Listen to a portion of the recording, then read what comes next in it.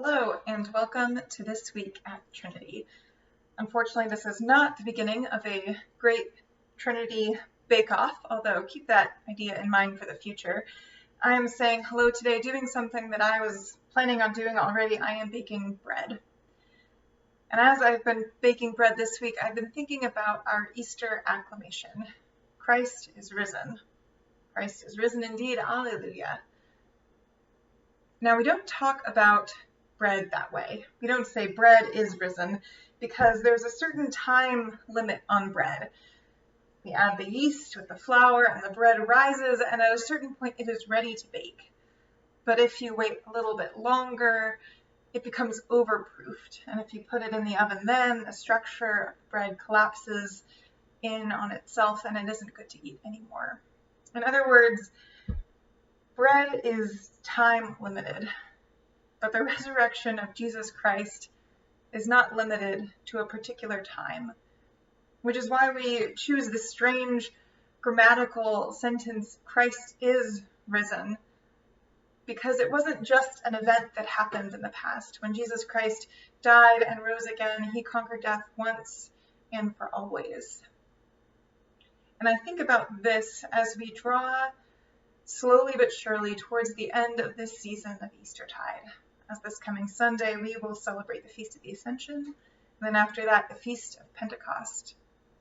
And there's a part of me that feels a sense of grief around this, as if Easter has come and gone, and we never got a chance to meet together, all together in person, to worship and to celebrate. And yet, the words Christ is risen remind me that the promises of God's resurrection have no expiration date. They are not limited to this season of Easter. They follow us throughout the year. And it's this Easter acclamation, Christ is risen, that reminds me to be patient. It reminds me to be patient when there are Zoom technology difficulties and we can't do our choir recognition Sunday in the way that we initially planned last week. It reminds me to be patient as government advice continues to come out, slowly advising this gradual reopening, even when part of my heart wants life to go back to normal.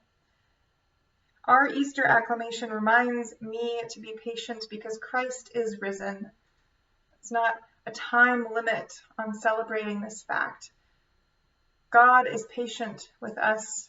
God is always waiting for us and ready for us to come to him to celebrate the joys of his resurrection.